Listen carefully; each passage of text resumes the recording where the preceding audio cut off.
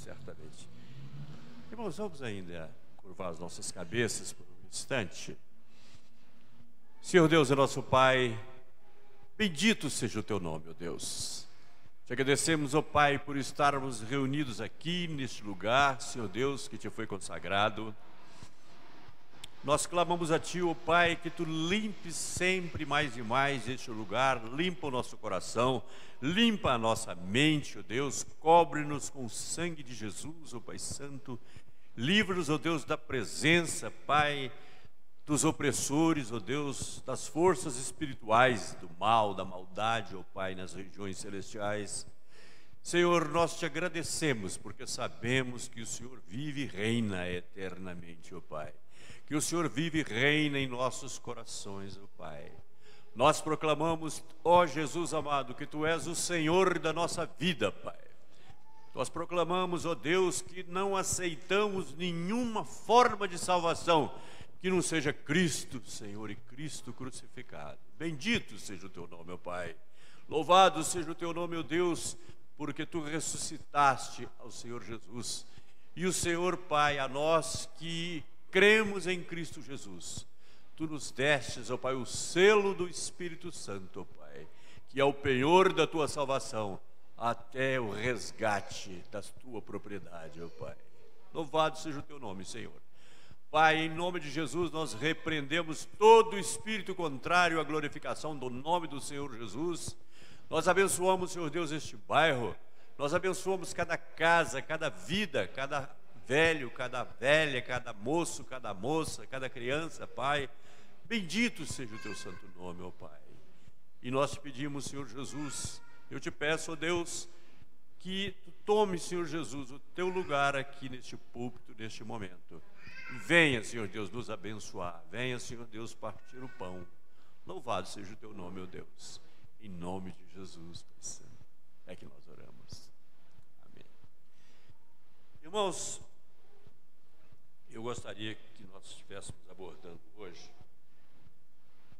um assunto de caráter doutrinário até certo ponto, mas, sobretudo, um tema que é preciso que nós estejamos sempre nos atualizando com relação a ele, que é a questão relacionada às duas naturezas do crente.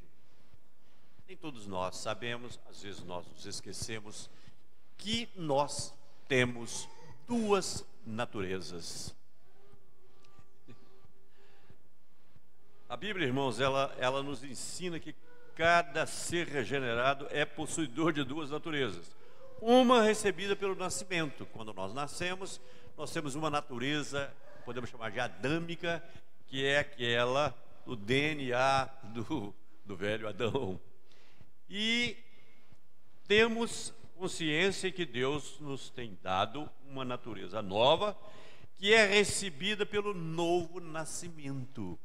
O novo nascimento, assunto que Jesus tocou com Nicodemos, porque Jesus disse: importa-vos nascer de novo. E apesar de ser aquele homem um sábio, ser uma pessoa entendida em muitas questões, mas ele falou: mas como é que pode um homem nascer de novo? Ele pode, por acaso, voltar ao ventre da sua mãe e tornar a nascer? Mas Jesus estava falando de um nascimento diferente, de um nascimento da água, né, e do Espírito. Irmãos, a água em toda a Bíblia, ela é símbolo da palavra. E o Espírito Santo é o poder de Deus para nos resgatar, para nos transformar. Há uma parábola, irmãos, de todos nós conhecida, que é denominada de a parábola do bom samaritano. E às vezes nós confundimos um pouco as coisas e fazemos um juízo muito voltado para a nossa realidade. Nós temos a tendência de querer explicar as coisas todas, mas às vezes nós entendemos errado. Descia, diz a palavra, um homem de Jerusalém para Jericó. Irmãos, classicamente essa descida de Jerusalém para Jericó, significa sair da presença de Deus e ir para o lado contrário. E se aquele homem estava indo na direção contrária, o que lhe aconteceu, cair na mão de salteadores, é bem um símbolo de o homem que se afasta da presença de Deus e que é acossado, que é apanhado pelas forças espirituais da maldade. Os demônios, o diabo, Satanás, nós caímos nas ciladas do inimigo. O primeiro que passou ali por perto foi um sacerdote. Aí nós caímos em cima daquele homem, homem mau, homem ruim, homem sem amor. Mas, irmãos, a parábola, Jesus não queria dizer que era um homem, uma pessoa, um sacerdote em especial, mas era a religião, era aquilo, todo o esquema de salvação pré-existente à vinda e à morte do Senhor Jesus. E isso quer dizer que a religiosidade, essas coisas, não solucionam o problema daquele que caiu, aquele que está no chão, aquele que está esmagado pelo pecado. Ele não tem como sair daquele lugar. Em Resplendor, um homem que eu conheci quando ele era mais novo e eu era novo também, ele, depois de um certo tempo, não estava batendo mais muito bem da cabeça, e eles tinham muito cuidado com ele, mas um determinado dia ele saiu andando por uma estrada e caiu num buraco relativamente fundo. Não sei se foi o impacto da queda, o jeito que a cabeça bateu, ou o que foi, ele não conseguiu se mover e ficou ali deitado, caído dentro do buraco. Quando ele foi encontrado, ele estava totalmente desidratado, ele estava totalmente destruído e morreu em consequência daquilo. O pecado às vezes prostra uma pessoa numa condição em que ela não é capaz de por si própria sequer levantar. Irmãos, eu quando tinha 19 anos, todo dia mesmo, eu comecei a morrer afogado no mar. Nós fomos num acampamento de igreja lá em Vitória, num lugar que chama Manguinhos, e nós chegamos lá e logo ali para as 10 horas resolvemos jogar futebol. Futebol na areia. Para quem já jogou futebol na areia sabe o que isso significa. E coincidiu que a turma que estava no time em que eu estava melhorzinho do que as outras, nós fomos ganhando e fomos ficando, e por fim nós estávamos todos cansados demais. E eu resolvi dar uma caída no mar para refrescar um pouquinho, porque já estava o pessoal chamando para o almoço lá no rancho. Tinha bem perto assim da praia, tinha uma boia, essas boias de pneu, de câmara de ar de pneu. Eu peguei a boia e imaginei logo o seguinte: com essa boia eu vou passar além da arrebentação, e lá eu vou ficar sentado na boia, bem à vontade, descansando. Só que acontece o seguinte, é que a arrebentação estava assim um pouco mais longe. Eu me enfiei por dentro da boia e comecei a nadar, depois começou a me dar uma cãibra aqui nesse músculo da asa aqui. Mas cheguei lá, aí quando eu fui me ajeitar e sentar em cima da boia, eu desequilibrei e caí para trás. Mas não liguei muito não, fui até certo ponto, voltei em cima. Quando eu voltei em cima, essa boia estava já uns 20 e tantos metros e o vento só tocando ela para lá. E aí eu já estava sentindo impacto, porque 11 horas mais ou menos, 11h30, a maré já começa a fazer aquela farra toda, aquela farra. Irmãos, em resumo, eu fiz tudo o que eu pude para ver se conseguia sair. Por fim, eu fiz a coisa que me pareceu extremamente difícil, foi gritar socorro. Na praia não tinha ninguém. E gritar socorro, eu não sei se alguém aqui já gritou por socorro, mas é um negócio que a gente, quando faz, a gente faz quando toda a nossa esperança em nós mesmos acaba. Aí a pessoa grita por socorro.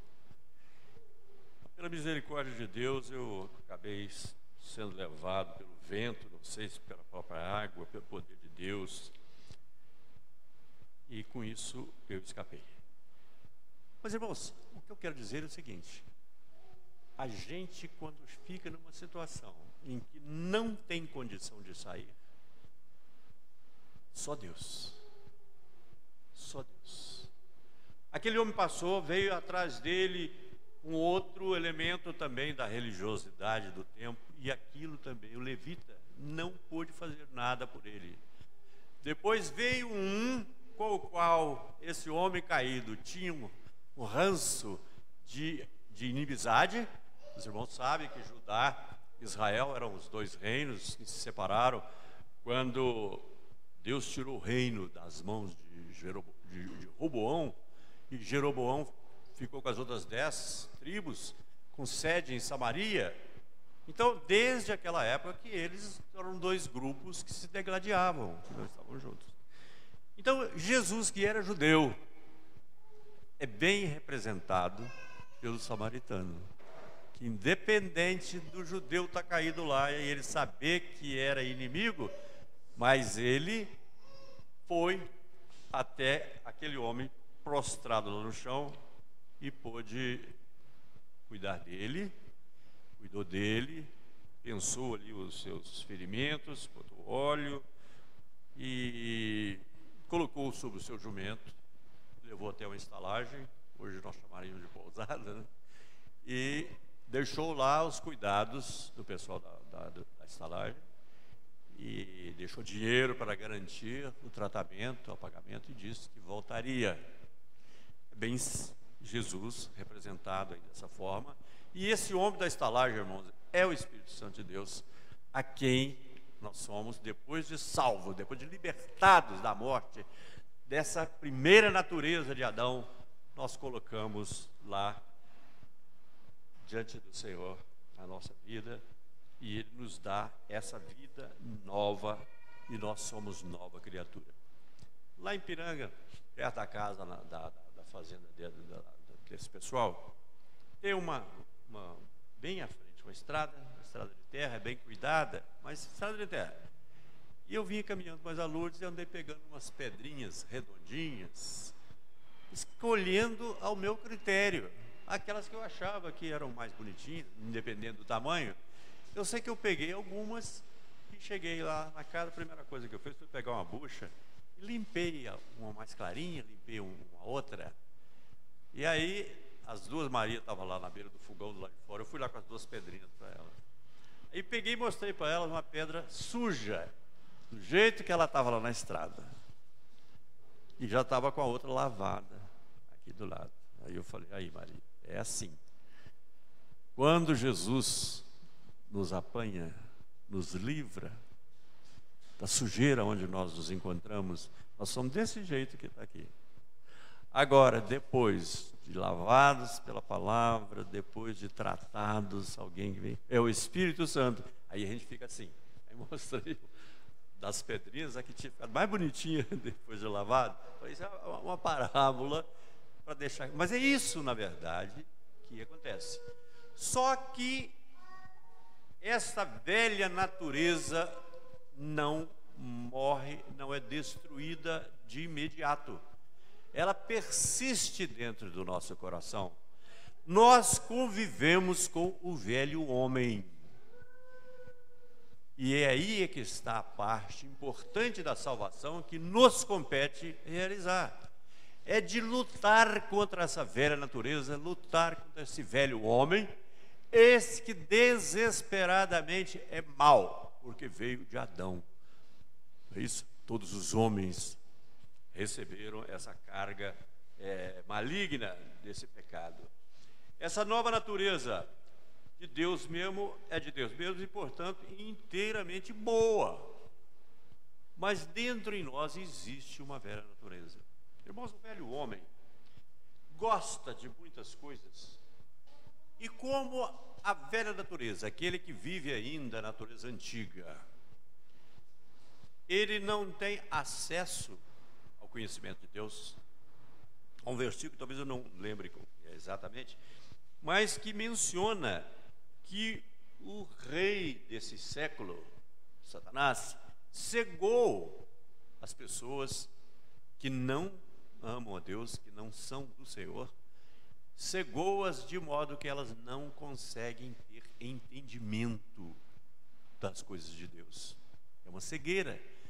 Às vezes a gente prega o evangelho para uma pessoa, explica, esclarece, e a pessoa fica só olhando para a gente assim, mas nada, ela não consegue absorver absolutamente nada.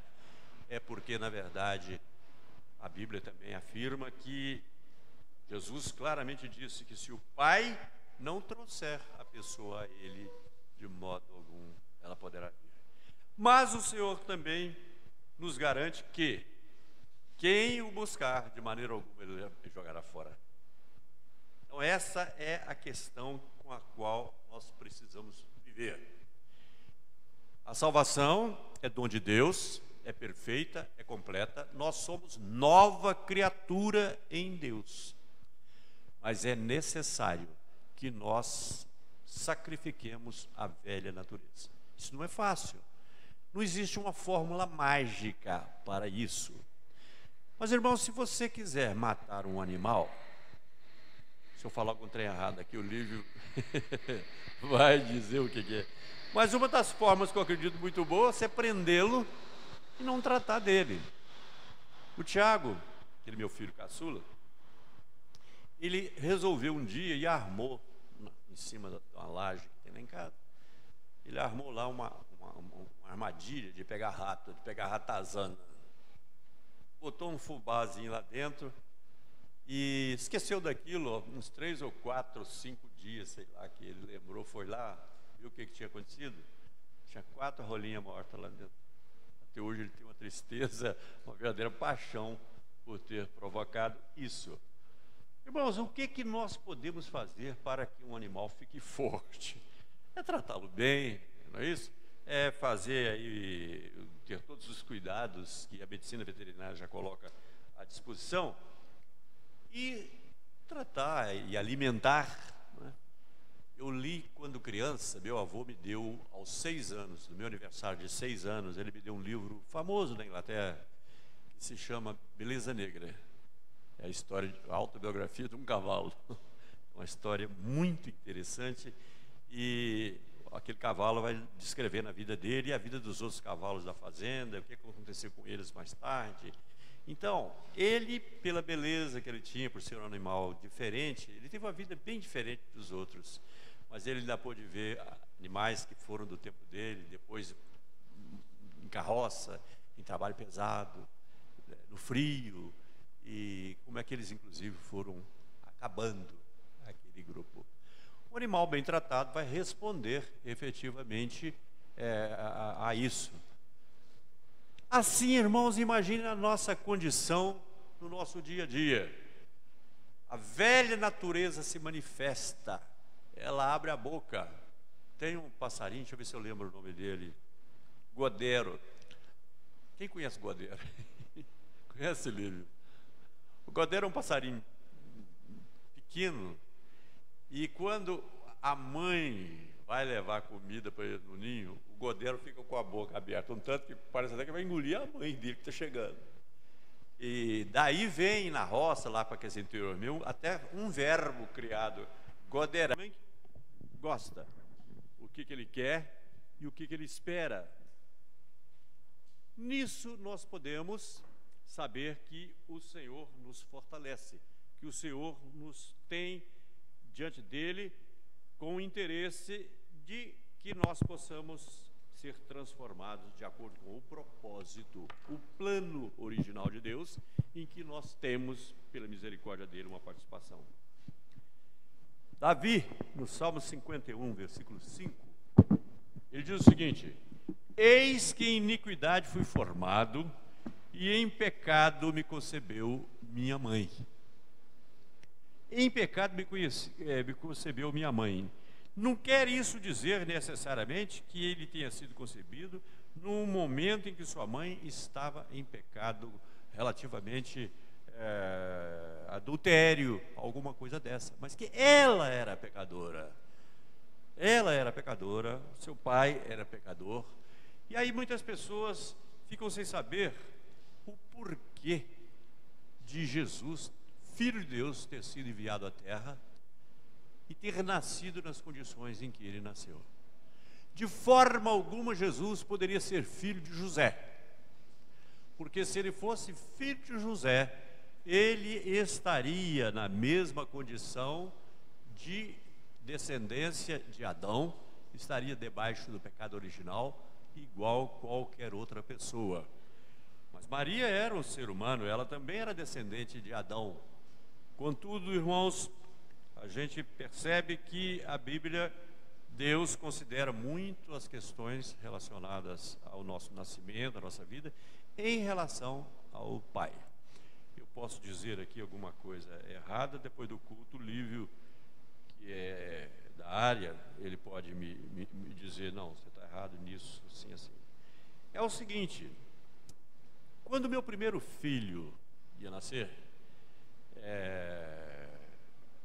havia um diagnóstico da mãe dele, que também é mãe dos dois aqui, que ela era RH negativo.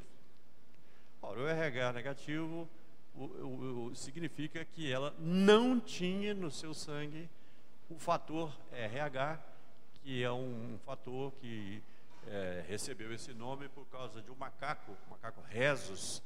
Rhesus começa com R-E-E-S-U-S. Então esse RH vem daí, e esse macaco tem esse, caracteristicamente, ele tem esse fator, como os seres humanos têm também. Então esse fator RH pode não existir no sangue de uma determinada pessoa. Essa pessoa então é RH negativo. Se o feto é RH positivo, vai haver uma incompatibilidade que pode produzir sequelas para os próximos filhos. Então, a primeira geração já foi uma coisa desse tipo. Então, irmãos, o que ocorre? O feto não usa o mesmo sangue da mãe. Os nutrientes vêm a ele através da placenta, e o sangue da mãe é sangue dela. O sangue do feto é sangue dele. A não ser lá na hora do parto, é que eventualmente poderia vir um contato, e aí haveria algum tipo de problema. Naquela época já existia uma vacina que a mulher tomava algumas horas depois do parto, para que no próximo filho, se repetisse a mesma situação, ela já estaria, isso estaria, de uma certa forma, condenado. Irmãos, olhando isso por esse lado, crendo que isso realmente seja verdadeiro, se Jesus não era filho de José, mas era filho do Espírito Santo de Deus, ele não tinha essa ascendência do Pai, não teria vindo a ele o pecado original. E da sua mãe, ele não poderia receber, porque dela ele estava recebendo apenas os nutrientes e outras coisas que eventualmente estão aí incorrendo. Irmãos, o plano de Deus é perfeito, mas não significa que, ao ser feito nova vida, ao renascer através da água e através do Espírito, que a velha natureza desaparece. É necessário que nós estejamos atentos, porque alguma coisa pode nos pegar desprevenidos. Simples, alguma coisa. Quem tem problema de diabetes sabe muito bem que não pode comer doce. Mas é difícil às vezes, né? É difícil. A pessoa gosta, e eu tenho uma prima, ela era diabética, o marido dela, apesar de ser um indivíduo de curso superior, um dentista, ele tinha diabetes também, um grau bem elevado, e os dois escondiam dentro de casa, escondiam um do outro chocolate e essas coisas assim, de doce, para comer para as madrugadas. E ele já morreu por causa disso. E ela, ao que consta, também não está lá muito bem relativamente a isso.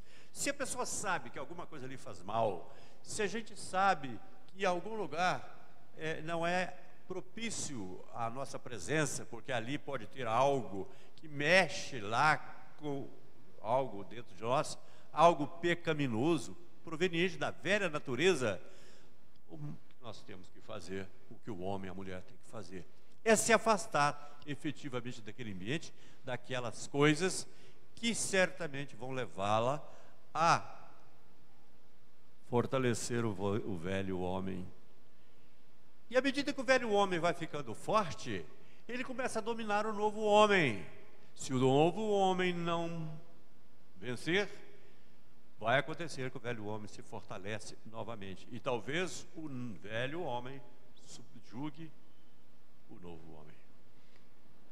Parece que eu já mencionei aqui um dia na igreja uma história que diz o seguinte: um velho índio, conversando com seu neto, explicando coisas da vida, de acordo com a experiência dele, disse para o neto o seguinte: dentro de cada um de nós existem dois lobos, um lobo bom e um lobo mau. Não é aquele da vovó Rosinha, não. E um lobo mau. E eles lutam constantemente dentro de você, o mal e o bom. Aí o menino virou para ele e falou assim: mas vovô, qual dos dois que vai ganhar essa briga? Aí o velho disse para ele: o que vai ganhar a briga é aquele a quem você mais alimentar. É realmente uma ilustração do que pode acontecer no nosso dia. Qual o homem que nós estamos alimentando mais? Velho homem ou o novo homem? Um dia que eu estava falando sobre isso lá na Bethesda, no curso, não sei se era de quarta-feira à noite ou que dia que era. Aí eu usei a seguinte expressão: falei, o velho homem nós temos que manter debaixo do pé, pisar na goela dele, no chão, e é isso aí, mantê-lo aí, porque aí ele não vai, ele só vai enfraquecer e vai chegar a um final. Aí o Valdemir, hoje o pastor Valdemir, né, ele falou assim: olha, é isso que a minha mãe fez comigo uma vez.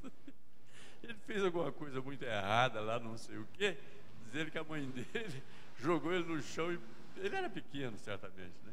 E pisou na goela dele e ficou lá segurando ele, falando as coisas com ele e pisando. Ainda bem que ele não teve nada de grave com relação a isso. Mas, irmãos, em verdade, assim como Davi disse, em iniquidade fui formado, em Jeremias 17:9 tem um versículo que diz assim: olha, enganoso é o coração mais do que todas as coisas e perverso, quem o conhecerá? Então o nosso coração, ele é enganoso, quem o conhecerá? Nós precisamos conhecer aquilo que em nossa vida não pode ser alimentado. É necessário nós fazermos isso. Muitas vezes, praticamente quase toda vez que eu toco nesse assunto da palavra de Deus, eu me lembro de um livro que foi escrito por um japonês mais ou menos 400 anos antes de Cristo. Esse livro chama-se A Arte da Guerra. E uma das coisas mais interessantes que o livro contém está na contracapa. Ele diz simplesmente o seguinte: se você conhece a si mesmo e conhece o inimigo, em termos de guerra, aquelas guerras mais antigas, e conhece o inimigo, você não tem que ter medo, porque você vai sempre ganhar a batalha. Se você conhece a si mesmo, mas não conhece o inimigo, ou você conhece o inimigo, mas não conhece a si mesmo, para cada batalha que você ganhar, você vai perder uma.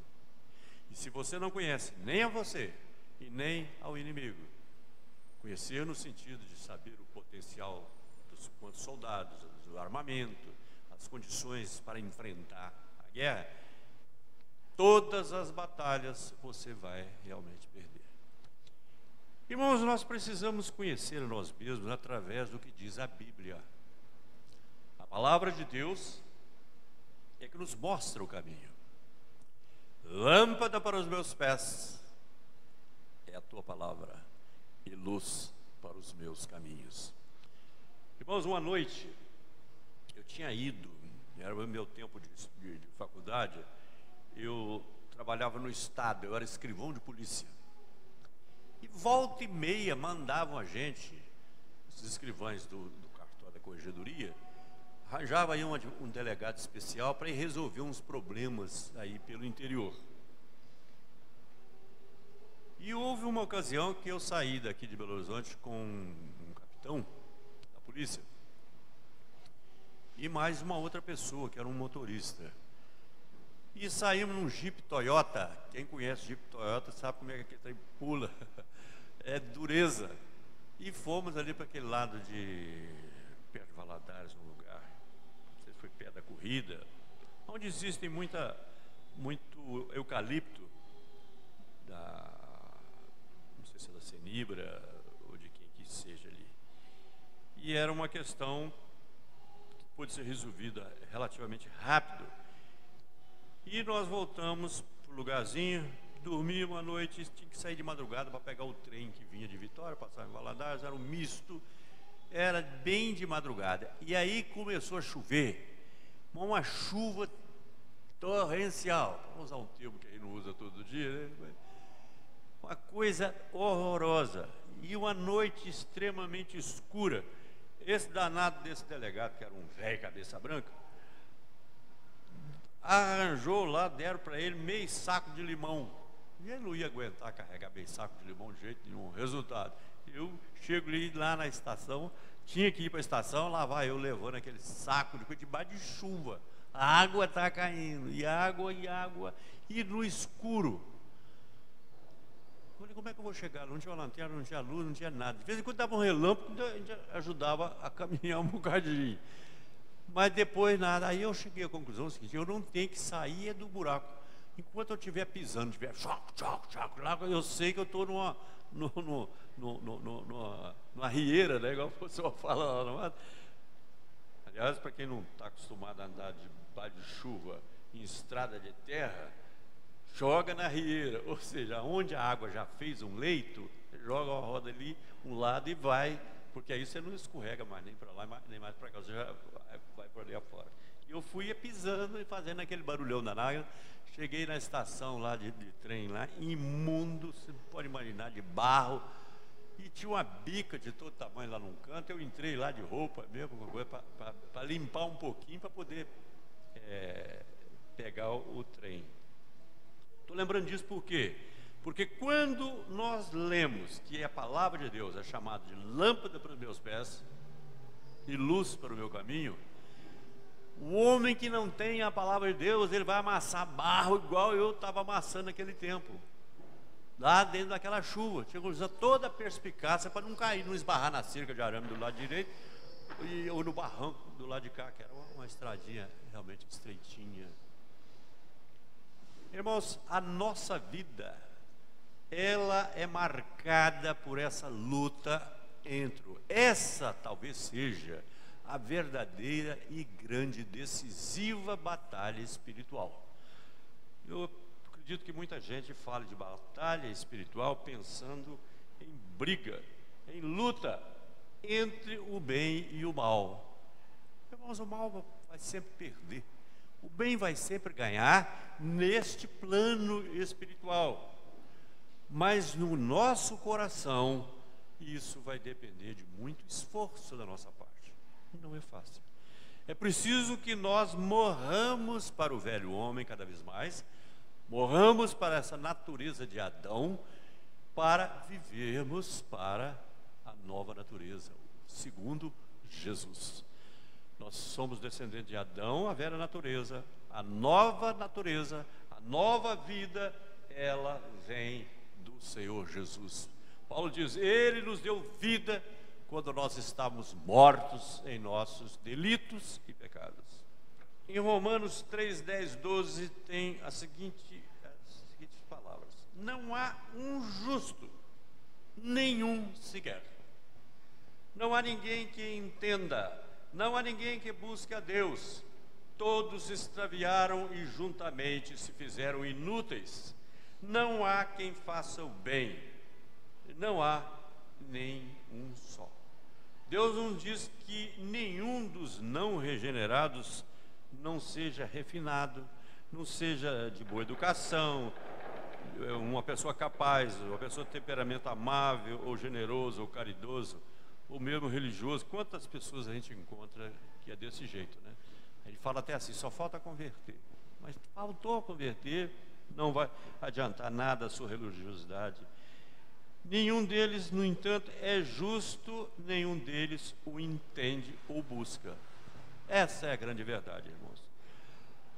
No entanto, é bom que a gente dê glória a Deus, dê graças ao Senhor pelo fato seguinte, que a maior parte desses textos da palavra de Deus que mencionam situações que precisam ser, e o resultado, inclusive, da permanência no pecado, não é coisa dita para os que creem, não é dita para os justos, os justificados por Cristo.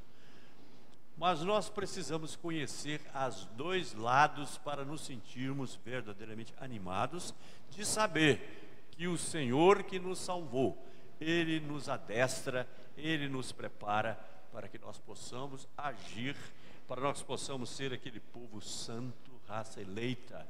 Eu gostaria até que alguém abrisse a Bíblia aí em 1 Pedro 2 e lesse o versículo 9 para nós. Irmãos, eu amo muito esse versículo, porque ele nos dá uma visão completa da obra redentora do Senhor na nossa vida, do propósito de Deus para com essa redenção e do que nós devemos fazer. A nossa vida precisa ser uma proclamação das virtudes do Senhor. Nós não temos que discutir com outros religiosos se fala mal da religião deles, falar que o Buda não faz nada, que só vive sentado, ou coisa que se queira fazer até de gozação ou de brincadeira. Em absoluto, o que nós somos preparados, nós recebemos nova vida em Cristo Jesus, para que nós estejamos em nosso viver, no nosso caminhar, no ide por todo mundo pregar o Evangelho, não apenas em palavras, mas com o nosso viver, para que as pessoas vendo a nossa vida, vendo o que em conjunto o Senhor tem feito por nós, as pessoas sejam atraídas para conhecer esse Cristo, esse Jesus Salvador, esse Deus maravilhoso. Amém, irmãos? Vamos ficar de pé. Senhor Deus é nosso Pai, bendito seja, Senhor, o teu santo nome. Deus querido, nós te bendizemos, ó Pai, porque tu, ó Deus, na tua misericórdia, tu, Senhor Deus, não olhas para o nosso pecado, Pai Santo, para a sujeira do nosso coração, mas tu olhas, ó Pai, para o teu Filho na cruz do Calvário, ali entregando, Senhor Deus, a sua vida, o seu sangue, que representa a sua vida, que era a sua vida, por amor de nós, ó Pai. Porque, Senhor Deus, sem derramamento de sangue não há remissão de pecados. Por isso Jesus morreu, derramou a sua vida, Pai Santo. E te louvamos e te bendizemos, ó Pai, porque tu não poupaste o teu Filho, Senhor Deus, para a nossa salvação. Mas te agradecemos, ó Deus, porque tu te destes por satisfeito, ó Pai, na tua justiça, com o pagamento que tu recebestes, ó Pai. E cremos, Senhor, que jamais o Senhor vai novamente cobrar daquele que já pagou. E nós aceitamos, ó Pai, este pagamento que Jesus fez por nós. Porque nós confessamos, ó Pai, que nada temos de nós mesmos que pudéssemos oferecer, ó Pai. Glória ao teu nome, ó Pai. Te agradecemos e te louvamos, ó Pai, pela ação do teu Espírito Santo em nossas vidas, ó Deus. E te pedimos, Pai, que por onde formos, nós possamos estar proclamando, ó Pai, as virtudes do Senhor Jesus.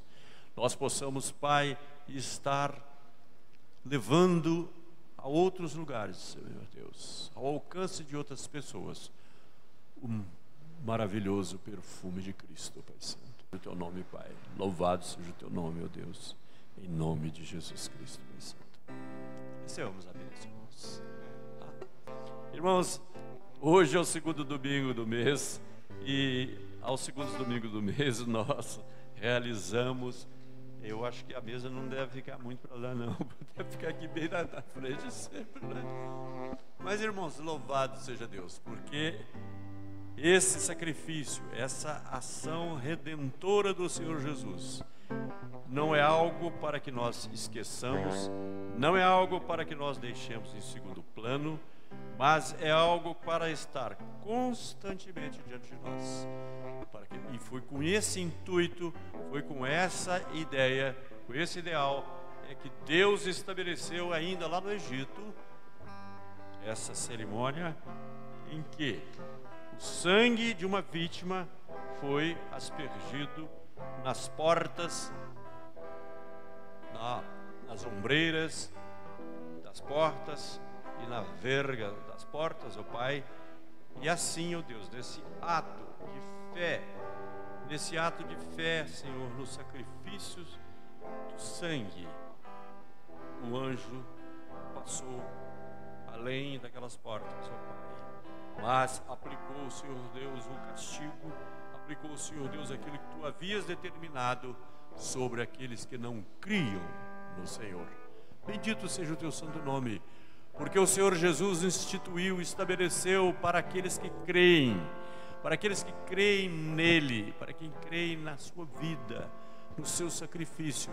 Ele estabeleceu alguma coisa a ser feita para lembrança do que ele realizou, Pai. E é a ceia, Pai Santo, a nova aliança, Pai Santo, é a Páscoa da nova aliança, Senhor Deus. Jesus tomou o pão, partiu, deu aos discípulos e disse: este é o meu corpo que é dado, que é partido entre vós.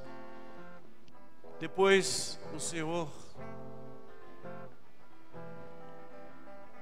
tomando o cálice, deu de beber aos discípulos, aos seus apóstolos que ali estavam, dizendo: este é o meu sangue derramado por vós, bebei dele todos. Pai de amor e de misericórdia, esse gesto, Pai Santo, ali realizado naquele instante, ó Pai, com a presença do próprio Senhor Jesus, ó Pai. Até ali, Senhor, não havia havido ainda derramamento de sangue. Jesus, ao dizer: este é o meu sangue e este é o meu corpo, ele estava dizendo isso por causa daquilo que ele iria fazer em seguida. Bendito seja o Teu nome, ó Pai, porque naquele espírito eles cantaram um hino e subiram, ó Pai, para orarem no monte, ó Pai. Louvado seja o Teu nome, ó Deus, porque no Teu projeto, no Teu plano, ó Pai, no Teu propósito, todas as coisas se cumprem segundo a Tua vontade, mediante, Senhor Deus, a graça salvadora. Louvado seja o Teu santo nome, ó Pai. Irmãos, nós todos conhecemos, e hoje, pela graça de Deus, nós vamos participar do pão e do vinho, relembrando o sacrifício que Jesus fez por nós. É um gesto visível para todos os seres espirituais. Os anjos estarão vendo. Isso simboliza a nossa crença, a nossa fé em que Jesus era o Cordeiro de Deus que tirou o pecado do mundo. Irmãos,